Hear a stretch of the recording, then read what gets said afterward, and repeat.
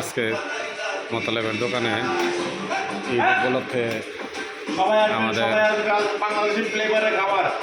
চলছে কোরবানির মাংস, সবাই মিলে করতেছে এটা।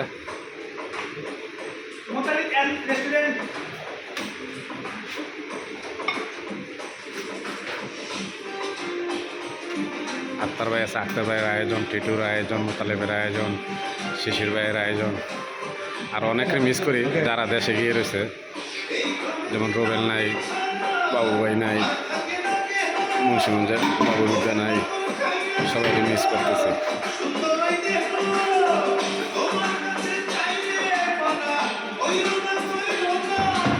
মোতালে আজকে এই পাকটা একটু দেশি পাক করো।